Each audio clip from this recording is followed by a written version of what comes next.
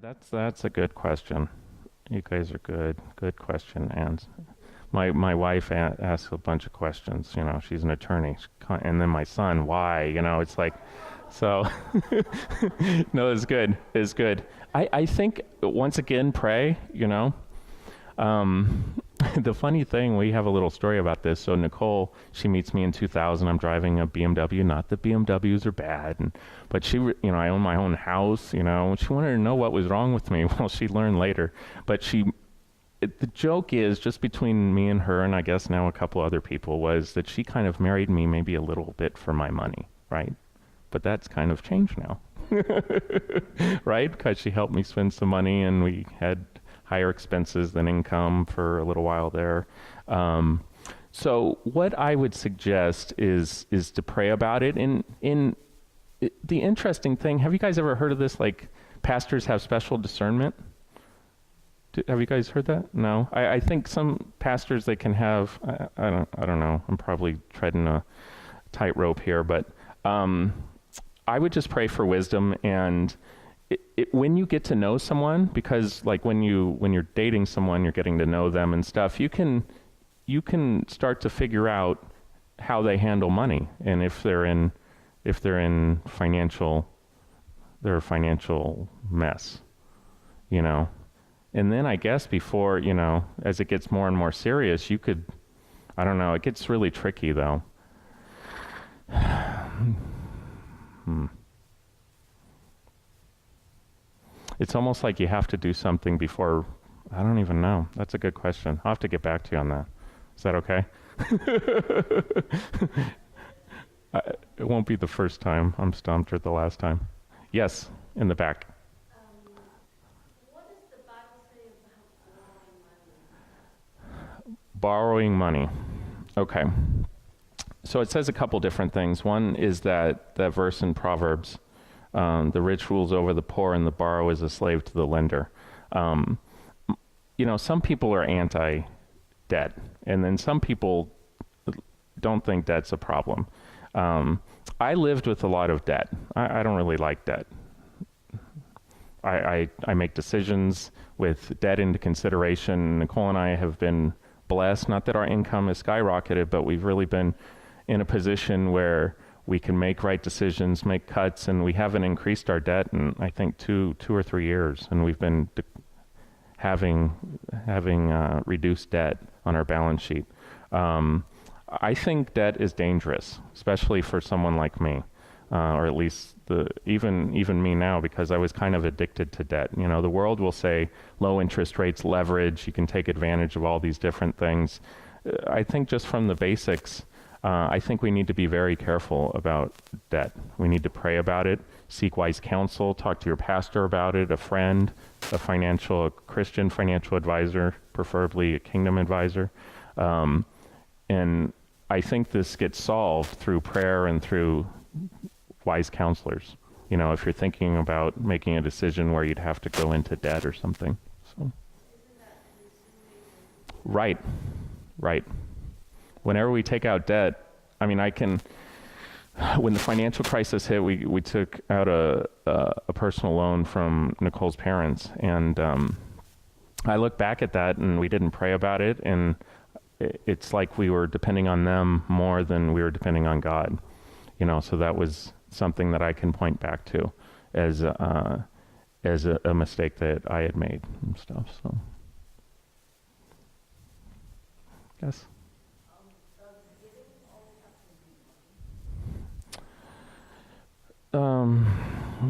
You know, there's a quote that says, you can tell a lot by a person by just looking at their checkbook. I think, you know, you look at Jesus, right? He's our model. He just gave it all away. You know, he could have been top first and he was last. I look at Jesus on the cross, especially with Easter, and we just saw Risen yesterday, the movie. We had a little date, day and night. And I just look at him and he just, I try to figure out what he didn't give away. You know, even on the cross, he's still in his calling, saving people, bringing in people to heaven, making sure that he's honoring his mom. So I think money is important as far as generosity is concerned. Um, but I think also time and resources, and it's kind of like once you get into this, it's like a game with God. It's like how much, how much should I save? Because we want to be obedient. Not that saving is bad. Saving is biblical, as we've already talked about, but it's this game of how much, instead of how much to give, it can turn into how much to keep. So, does that answer your question? Sometimes people say, well, I give of my time, and you got to be really careful with that, because there's tremendous benefits by giving not only your time, but also the money that God has entrusted to you. So. Artie? It's a really great question. We used to live in San Mateo. We just moved from there a couple months ago. And San Mateo, yeah. And the enemy, this is to your point, hopefully to your point, we would drive by my old house that I bought when I was 25, and we don't currently own a house right now, right? And he's like, that house might be paid off now, Greg. And I said, you know what? God's going to use me for the kingdom.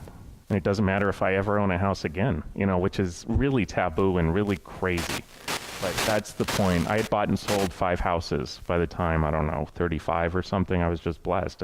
I had this uncle who was really into real estate, and I liked real estate. That was my first love. And but the expenses prevented me from keeping these houses. Not that I had 5 at one time. But that's been part of the process too. Especially you can think of someone like me who I'm giving advice to people, and the enemy could say, you're just a knucklehead. How valid is your advice if you've made all these mistakes? But God is a redeemer, right? And he forgives. And I have forgiven myself because I can't go back and change the past. And but through his grace and love and mercy, he's been able to renew a number of things in me, and the money is part of it. And I'm excited about the future, and I just think of getting closer and closer to God, and just him. I don't know. It just excites me to know him more and to know his ways, and it's a lifetime learning these 2,350 verses. Not that we need to memorize all of them, but it's really an ongoing journey that Nicole and I continue to be on to this day, and that's why one of the reasons I'm here to learn from you guys.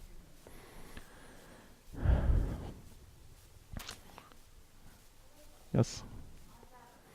No, I think it's about investing. But see, the thing that I think I've learned is this idea that we can't control how our money, what it actually does. We can try to control it. We can try to time the market and do all these different things, and but if we do our part, this is a big principle in the Crown and Compass material. I think it's number 2 of the weeks. If we do our part, God will do his part. He's faithful. I'm living testimony that he is faithful. And but our part is we need to move. We need to act. We need to have no fear, very, very little fear, or just fear of God. Obviously in a perfect world it would be that way, but we just need to make sure that we're doing the things that please him. From my interpretations, and as you know, the Bible can have different layers, and you can learn one thing one time and a different thing another time, but from my perspective, at least from what I've known, I think it's more about investing and Jesus coming back and being ready for that. Yeah, there was a time where I transitioned from a morally and not moral investment plan to a morally responsible investing plan. And I don't know, one day I woke up and God's like, you kind of got to get that money working, so you need to make a decision. And I was stalled. I was stuck. And so I immediately started moving towards just making a decision and getting the money. Because, for you guys and for me too, we want to do the right thing. We want to have a really good investment. And it might sound strange that I was stuck, but it does happen. It does happen to financial advisors and planners too, even though they might not be as dumb to admit it, but as I am, but it does happen, you know. And in the landscape of morally responsible investing, it's still really a small fraction of the overall investment market. But it's making strides, and there's a lot of exciting things happening with it. But I think it is good. If I could take us back to that. So the first one is learn God's way of handling money. I think I got this up here. Begin to give, start using a budget. Save $1,000 for emergencies. Number 2 is increase emergency savings to 1 month's income, pay off all credit cards. Number 3 is increase emergency savings to 3 months' income and pay off consumer debt. So you're probably asking, well, what's that got to do with my retirement? You know, or investments. You know, I would just encourage, you know, if anyone has cash, you just want to make sure that it fits into a certain category. You know, God likes order, right? This is one of the things that I learned, you know, when he's describing to Noah how big, you know, the ark should be. It's specifics. I don't have them memorized, but so when I think of God, I think of many things, but one of the things I think of is order. So we want to make sure that wherever we have a bucket of money, that it's there for a specific purpose. So one of the things is, like, for retirement, in my mind, more times than not, it should just be invested, you know, especially if we're tracking towards, you know, a next season.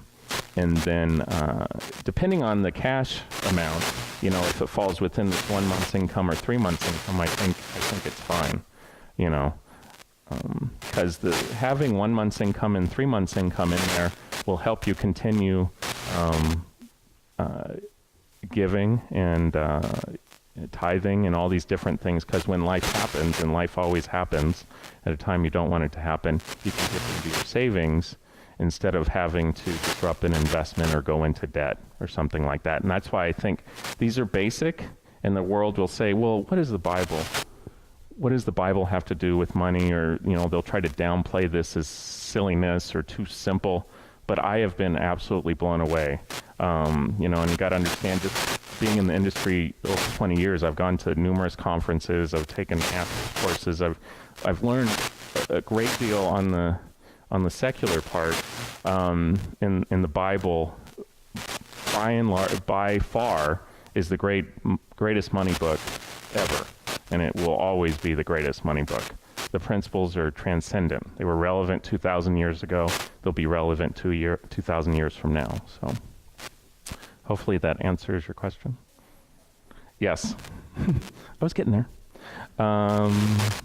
Where did I leave off? 3, increase emergency savings to 3 months' income, and then pay off all consumer debt. 4, save for major purchases, home, auto, etc. Save for true financial freedom. It says retirement in there. Save for children's education, and save for business if you want to start one. 5, purchase affordable home, begin prepaying home mortgage, begin investing. 6, home mortgage paid off, children's education funded. 7, retirement funded, true financial freedom. Yes. Right. You see, part of my story was I went from, I think this is relevant, but I went from never saving to like hoarding, because I always thought like the income was going to change. So we just need to be careful that, you know, we're being good stewards. We have the money working for us. We know, you know, we have money in a savings account. It's there for a purpose. Anything over, you know, 3 months income could be invested or given away or pay down debt or something. Yes.